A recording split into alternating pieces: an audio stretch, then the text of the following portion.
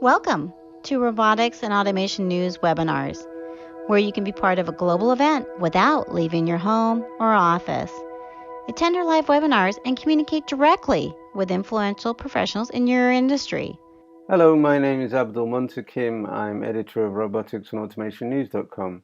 In this interview, I speak to Travis Smith, founder and chief technology officer of WithoutWire, which describes itself as an inventory sciences company.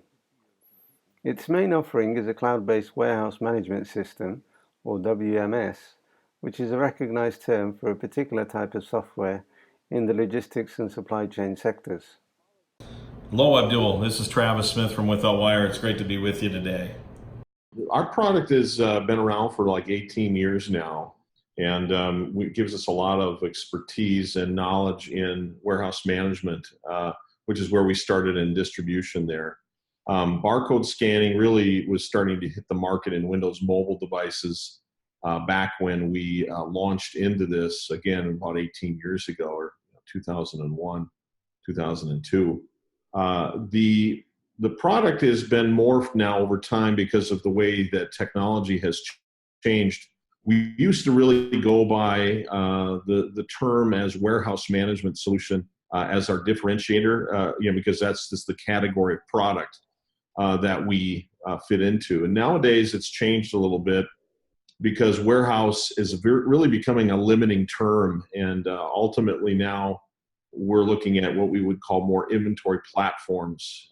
This is where your supply chain problems span not just the warehouse, but also in the manufacturing facilities and into the field itself. So a lot of the things that are happening there have been really nice for extending inventory into these smartphones and cloud solutions that we're seeing out there. So just to kind of dive into the high level of what we're really focusing on fixing or addressing is that just-in-time inventory that's not just within the four walls of a warehouse or manufacturing facility, but also just-in-time as we're looking at battling that Amazon effect on those companies that are not partaking into that speedy shipment and fulfillment process that an Amazon has.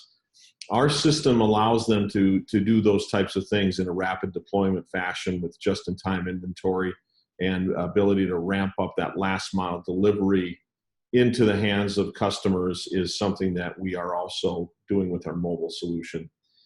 Visibility is very important, as you know, especially if you're going to look at rewarding higher performers. You've got data analytics that are always important to look at who's doing well and who needs more training and so on in your staff. And it also becomes very important now with external users. There's a lot of movement towards crowdsourcing and working more heavily with service contracts in like field service. You're seeing a lot of this. You still need to look at performance, and it becomes more important to as you select your labor force to do projects out in the field. So that's important. Obviously, IT costs is something that's changing a lot. And recently in the last year or so, we're seeing a lot of customers decide to move into cloud for the supply chain, whereas, just as recently as 2 years ago, that was not very common, is what we were seeing. So it's really starting to shift in that understanding that IT costs can be offset and changed by going to a cloud solution. One of the things that, as you get into our company, we provide a cloud and on-premise and single and multi-tenant approach to providing this inventory platform that we have. And one thing that's important to make that work in the world of rapid deployment is not a lot of customizations are really preferred when it comes to an implementation. And so this one size fits all is very important that we realize is not reality. When we get into projects, the system and the approach to providing that optimization is really important, and it has to scale. And that's where the cloud solution is important with Azure, is where we depend on our cloud solution. So we replace a lot of old technology. I think one of the things that comes to mind that's very interesting is a lot of companies now in their warehouse operations still provide their employees with DOS-based interfaces, the old dummy terminal approach. And that's really starting to change now as millennials and new employees and workers become part of that workforce, even outside the four walls. They have to be able to adopt and use these smartphones to deliver inventory throughout the supply chain, and that's where we come in with our solution really well. We have a deep experience in heavily regulated areas, so it's not just moving customer retail packages, but also medical devices, pharmaceuticals, food, and consumables, even beverage, wine. All those things have heavy compliance areas to deal with, and our system incorporates those parts of the system that allow for those compliances to be met. This is a typical supply chain that we see within field service, which is a really heavy area for us, and we're seeing a lot of great success in. This picture sort of depicts the typical scenario where you have a manned WMS or a warehouse. You've got your micro inventory sites, you might call those storage lockers, or just places where techs out in the field can quickly get to inventory instead of having to ship it from a main warehouse, or even deliver it on a long haul truck of some kind. So the other side of it is the jobs, and so there's all these different inventory locations that have to be handled correctly when you're talking about just-in-time inventory visibility. We tie into ERP systems. You can see requests and results getting pushed back and forth with the ERP or the 3PL. Coming into the warehouse, we receive those goods. We transfer those things as picks off to the micro inventory locations where they're received in by, could be a tech, it could be a permanent location employee, or it could be even a crowdsourced employee doing the check-in process and sign off. Then you've got issuing parts back and forth for jobs or break-fix scenarios, as well as returning those parts is important as well. And along all this is really key to be working with serial numbers and expiration dates, and warranties are very common to be able to effectively put things on hold if they're out of warranty and so on. That's all part of the solution in this ecosystem of innovation that we see.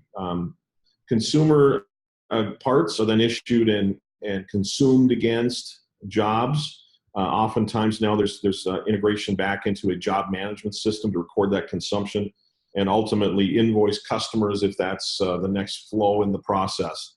So, there's a lot of pieces in there. There's the returns then back to the warehouse management system, and all those pieces come together to give you the full solution there. This is kind of a picture of functionality in our system. A lot of the stuff you typically would associate with a warehouse management system. Inbound, that means products coming in via ASN or PO.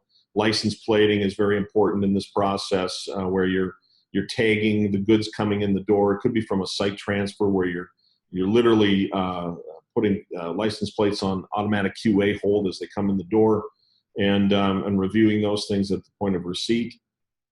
You've got of course, the customer-owned inventory side of things, where it's important to have, and sometimes the license plate can play a great part in there as well.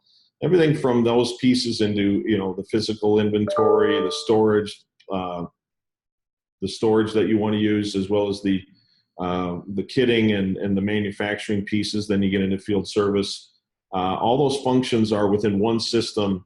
Available on Android and iOS devices and tablets, and everywhere from rugged Zebra and Honeywell devices down to your iTouch device, or even an Amazon Kindle if you wanted. This is an idea of some of the devices that we do work with. One of the areas that it's very exciting is working with the client to provide them the device that makes the most sense for them. And oftentimes it's more than one device. You might see all the way from the traditional rugged grip warehouse devices all the way down, like I said, to a Samsung tablet. It all depends on the environment that you're working in and the people you have operating the system. So that's understanding that you'll get more bang for your buck on a rugged device in a warehouse, of course, than you would using a low-cost consumer device.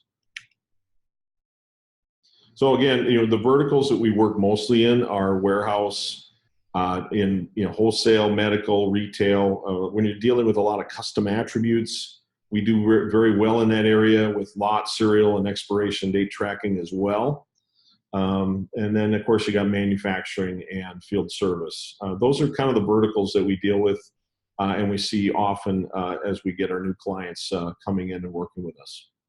So in terms of the details of what we do here, we see a lot of transitioning from old, outdated technologies to these new systems that are built around the cloud, and specifically our partnership with Microsoft has been very beneficial to our strategy and our ability to disrupt our landscape of competitors. That's where Microsoft Azure comes in with the security and the authentication services and the uptime and geolocation that we can put into large-scale enterprise deployments, all the way then into the ability to look at that data through a dashboard. And that's important as well. And Microsoft Power BI is what we rely on for that technology. We've talked about the mobile devices and how important they are, but then also the API integration that makes it possible to transact and integrate with the system of record. Oftentimes it could be Microsoft Dynamics 365.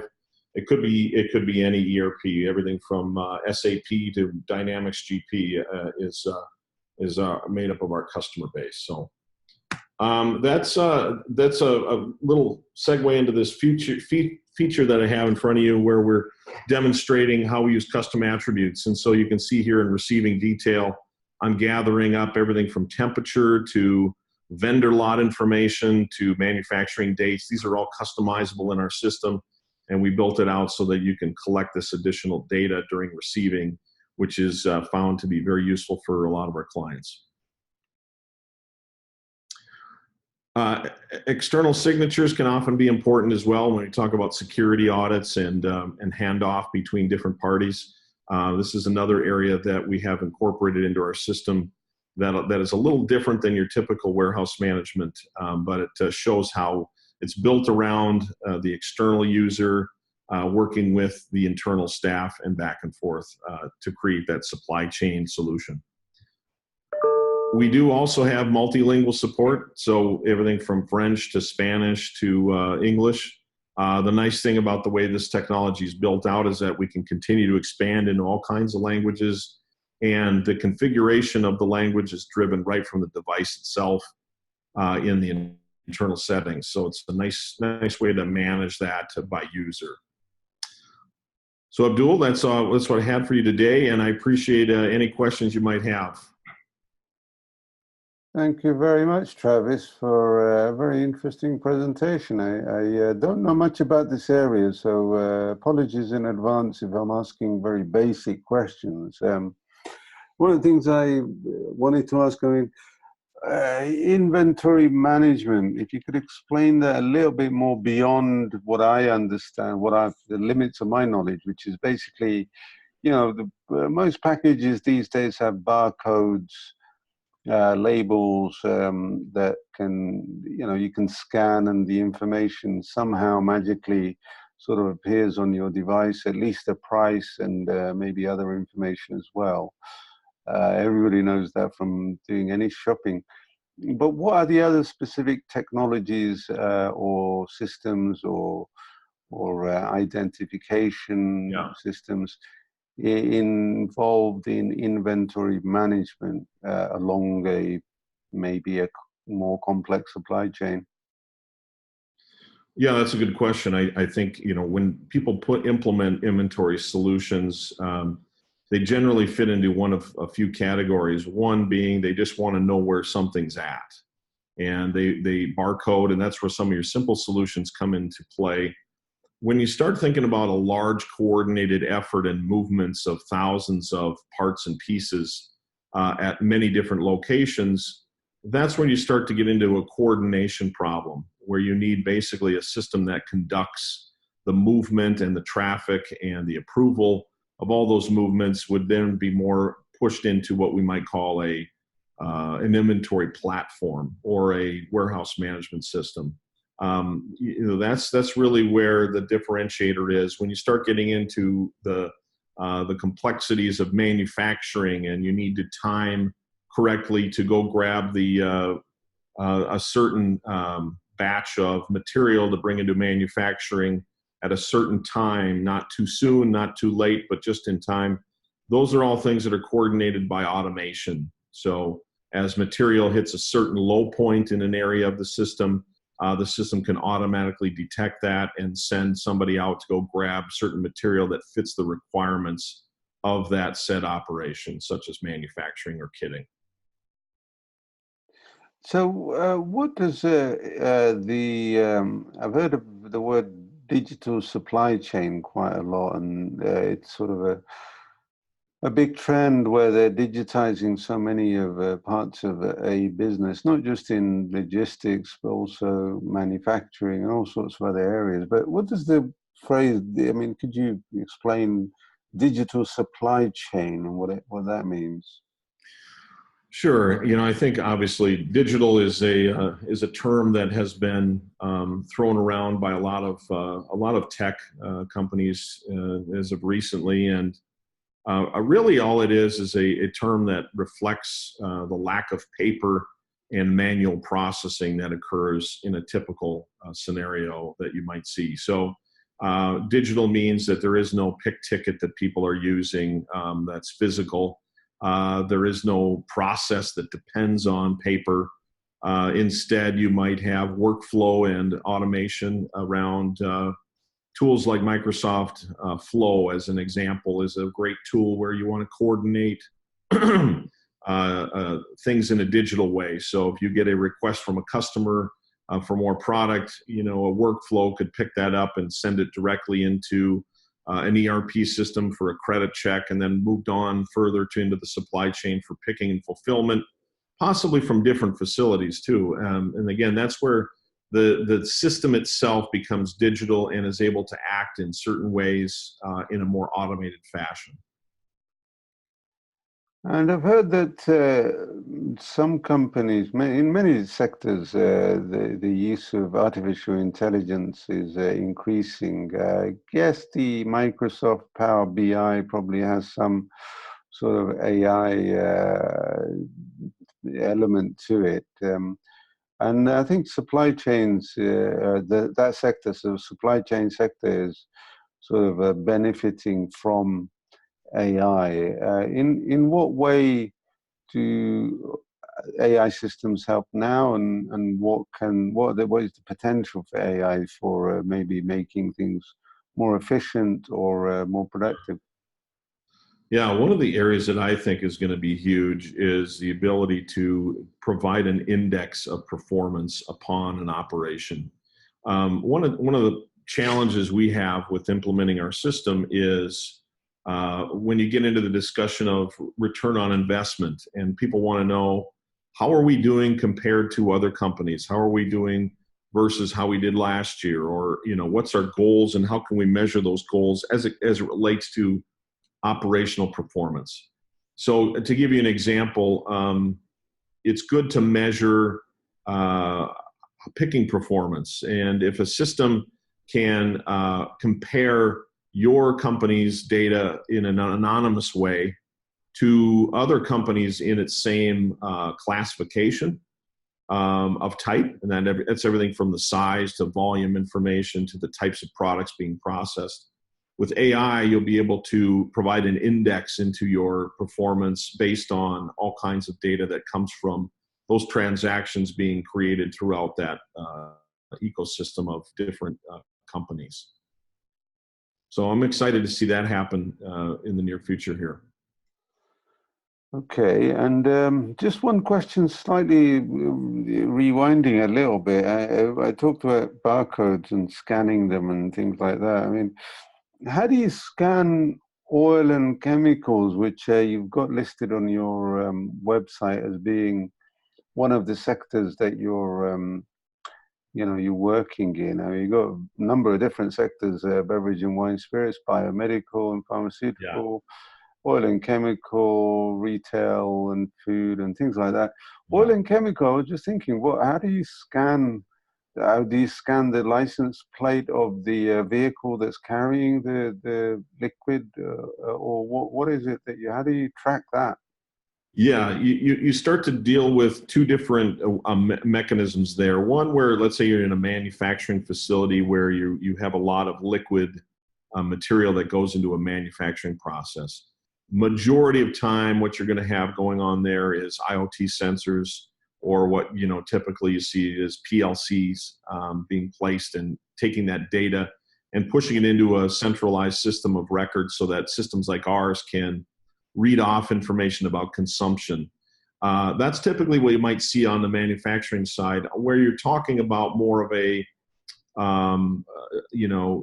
a more rapidly changing and agile environment, absolutely a license plate makes a lot of sense, because you can place that license plate on just about any container and use it to track the changes to that container over time, and even record date timestamp information, as well as the quantity changes that occurred to that vessel.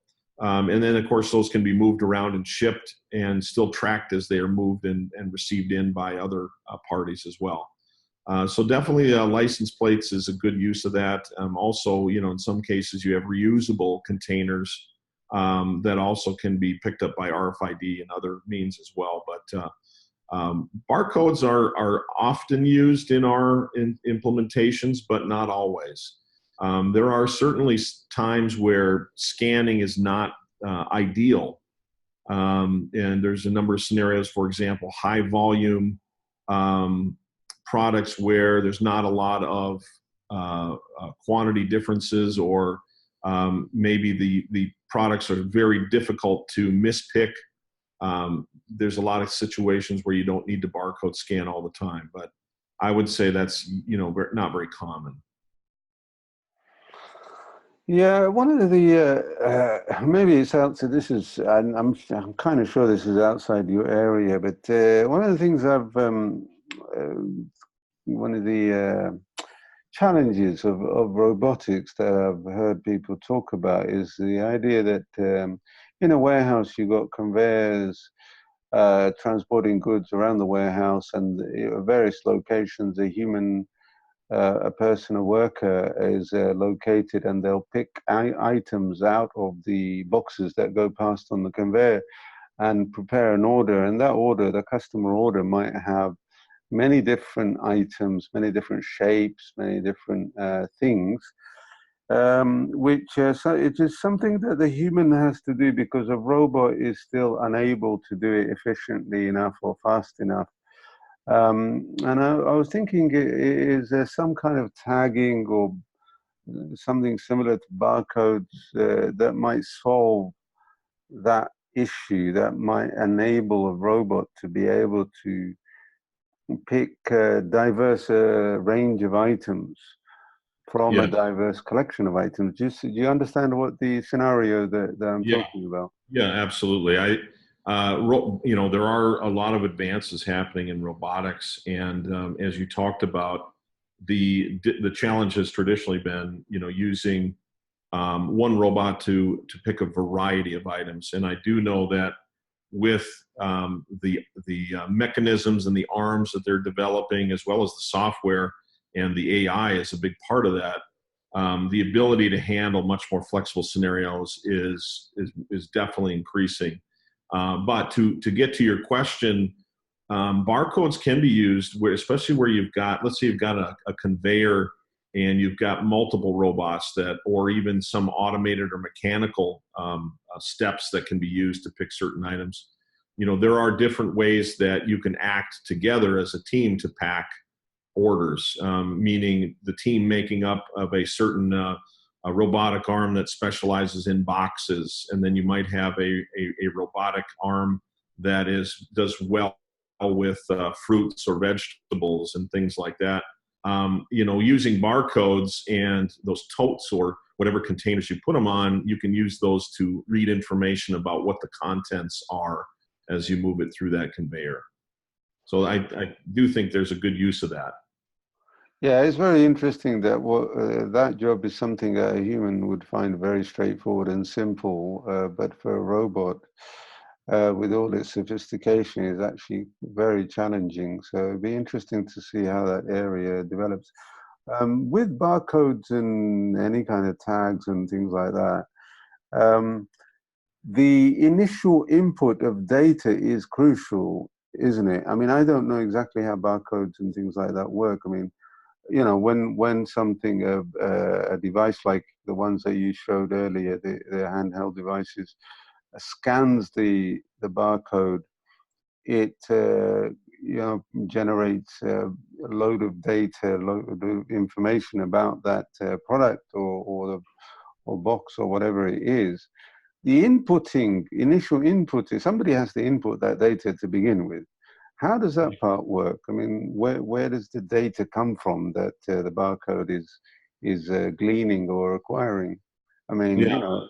yeah, that's a good question. I think there's a lot of misconception about all the different ways to get data into a system like this. And in the past, obviously the most common way is that somebody who usually is part of the ERP and IT staff will generate a list of all the items or parts, as well as the record of barcode for each one of those things, and they will bring those in and import them into the system so that they're usable. That's a great way to go if you've got a very static and you know, process or ecosystem you're working in. However, in today's world, when things are a little more flexible and maybe you've got different vendors, you're getting supplies in for your raw materials, you're going to have changes to barcodes happening a lot more frequently. And so one of the ways we handle that is we have something called a barcode acquisition or barcode acquire, based on permissions. If you're in a certain process and you need to, you know, your barcode is not registered to the product, and you look at it and verify, yes, this is the right product, you can acquire that barcode permanently for a certain specific unit of measure of that product. And at that moment, then it's usable throughout the system. And so having a more dynamic, you know, support for barcodes is much more important than it was in the past. And you know, even with the license plate side of things, our system throughout is constantly allowing you to grab brand new barcodes that have never been recognized ever in the system as new license plates. And you can create an on-the-fly association between a brand new license plate tag that the system, again, the system has never seen before, and a collection or just even one inventory item. And so from a tracking perspective, you have to be very fluid with being able to bring in new products and license plates at any time. Right, and I know that you touched on the AI question, how, you know, in how it can probably innovate things going forward. But in other ways, in other technologies, and generally speaking, what are the innovations that you think are going to be important in your sector going forward? Well, you know, the funny answer is that I think the biggest disruption that's we're going to be seeing in my space is not so much one of technology, but one of the network, the power of the network, where people are going to be more quickly and in an agile way being able to contribute to do work, you know, within supply chain. I know there's been a lot of news about shortage in labor with warehousing as well as transportation. And I think it's ripe for much more adoption where we have part-time workers, temp workers, if you want to call them that, call them gig economy, call them crowdsourcing, where you're going to see a lot more competitive advantages to companies that adopt those models faster than those that are hesitant to do so. The trend is already picking up, and you know, so from a disruption standpoint, I think that's going to be the biggest thing. Okay, and finally, that's a general idea, projection of what will happen generally. Specifically regarding WithoutWire, what do you see happening for you going forward? Are you going to maintain or keep being a warehouse management system, or are you going to branch out into other types of software like ERP, for example? Well, we do integrate with ERP systems today. We're going to continue to deepen our channel throughout field services and manufacturing and distribution. And from a technology perspective, AI being used as a data analytics tool for our customers is definitely a priority for us in the future. And integration to more IoT, definitely something that we're focusing on, and innovation.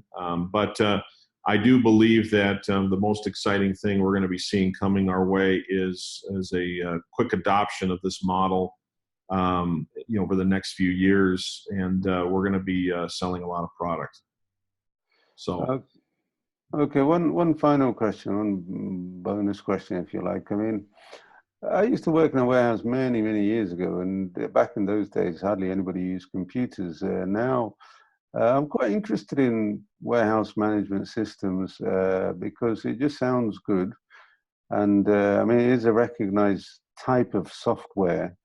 When did that kind of software start emerging and becoming more widely used? And what do you think? Are a lot of companies using them, or is well, I think the internet really became the beginning of where warehouse management became very important.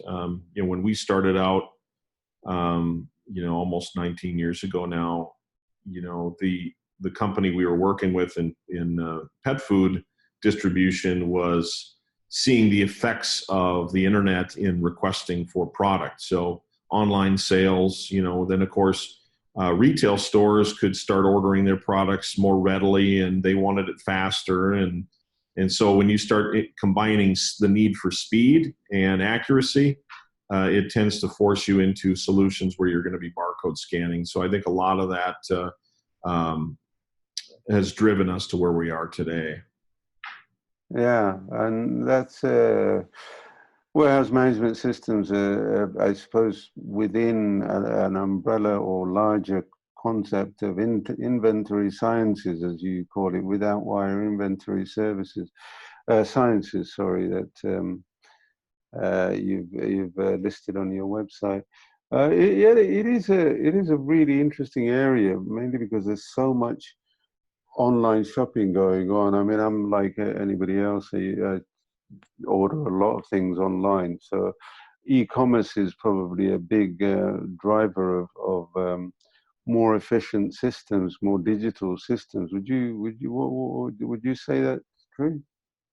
Yeah, and I think the one of the big reasons why the trend will continue to push for more and more innovation is simply the Amazon model. We all want our products as soon as we can get them.